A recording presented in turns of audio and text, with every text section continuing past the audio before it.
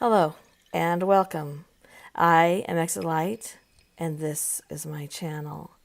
Today we're going to talk about another strange and mysterious disappearance in the United States National Park System. Today's story is about Laura Bradbury. Laura was an adorable 3.5-year-old little girl who went camping with her family in the Indian Cove campground in Joshua Tree National Park, California, and disappeared on October 18, 1984. Laura lived with her family of 5, her mother and father, Patty and Michael, and her siblings, in a 2-bedroom condominium.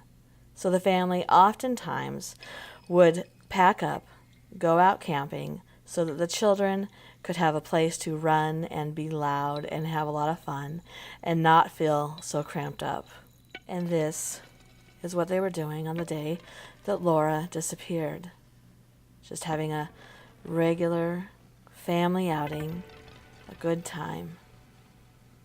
Laura and her brother, Travis, who was 8 years old, went to the portable bathrooms, and Travis went in and Laura waited outside for him.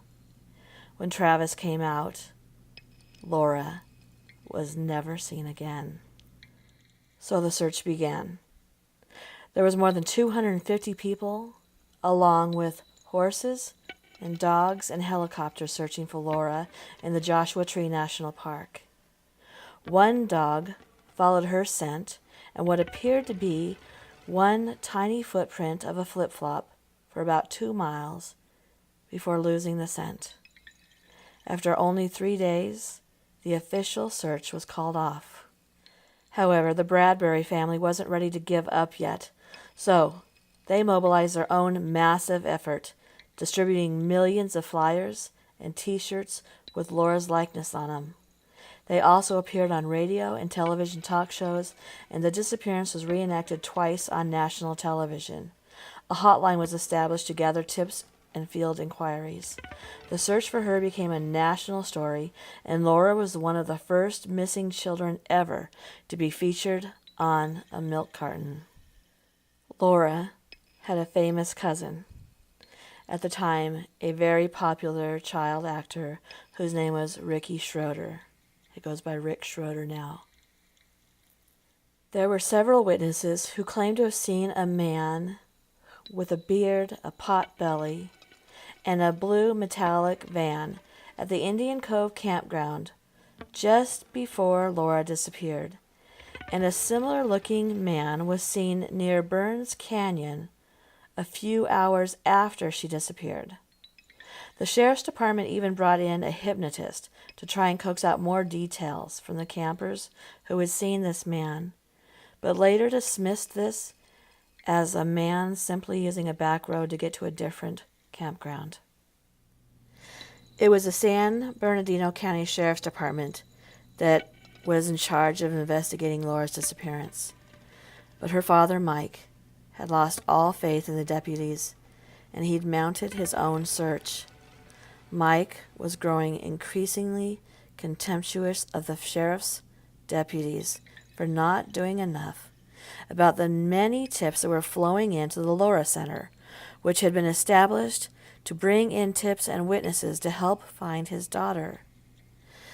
They were incompetent or lazy or both, he told reporters, and he even went on to speculate that someone inside the department knew that his daughter had been taken by a kidnapper, and they were covering it up. In a very curious and suspect twist to this story, Mike had heard about Clifford LaVille and Toby Santangelo, who were said to have told the deputies that they had solid information about a man that they believed had kidnapped Laura. But after the investigators checked it out, they deemed it not credible. However, not long afterward, both LaVille and Santangelo were found shot to death. Mike continued along with a private investigator to comb the isolated communities near Joshua Tree, which happened to be known for attracting drug dealers and oddballs, people who lived off the grid. But this turned up nothing. Then, in 1986, a skull was found by hikers near the park's west entrance, which was only 2 miles from where the family had been camping. Some reports say that it was 5 miles. It was believed that this could be the skull of Laura Bradbury. However, DNA tests were unable to conclusively prove that the skull was Laura's. It couldn't even get a blood type or a gender, and the only certainty was that it was a child. But a sheriff's captain publicly speculated that it was Laura's and gave his theory. Maybe, he said, she meandered away from the toilet, stumbled, and then was somehow buried by collapsing sand. Only recently, he continued, coyotes or a mountain lion had dug up all that was left. In 1990, new DNA tests were said to prove the skull was Laura's with 99% likelihood of a match. Laura's mother, Patty, died in 2001, and her father, Michael, wrote a book about his daughter's disappearance called Laura Ann Bradbury, A Father's Search, in 2010. Then, in another strange twist, in a 2010 interview, Mike said that he was shown about 40 colored 35mm slides of the skull that was being called Laura's, and he was shocked to find out that this was a full-sized skull, about 7 inches by 5 inches. It was missing teeth and a lower jaw. He claimed that investigators had showed him a completely different skull shortly after it had been found. He is quoted as saying, "My wife and I were shown a smaller 3-inch skull cap in or around 1986 or 1987 that the sheriffs claimed was Laura's skull. These two skulls are totally dissimilar. They looked nothing alike.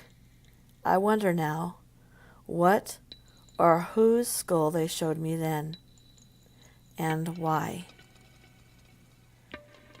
Laura's father also had a report on tests that provided inconclusive results on whether the cranium was his daughter's. According to these reports, only 1 of 4 DNA tests performed on the skull matched DNA samples from Laura's mother's blood. Even stranger, the hair taken from Laura's hairbrush did not match the DNA with the skull. The 2 partial skull bones are the only remains that Michael was aware of that are believed to be from his daughter. He's quoted as saying, "I am very anxious to put closure to this terrible period of my life. All I want is justice for my daughter. That's all I care about." No arrests have ever been made, and this case remains unsolved. Thank you for coming to my channel. If you're not already and you would like to be, please subscribe. If you liked this video, please give it a thumbs up. It's how my videos are recommended by YouTube. And if you would like to be notified of my new content, be sure and click that bell. If you would like to support this channel and my work, please consider becoming a member of Patreon, and I'll leave that link below. Good night.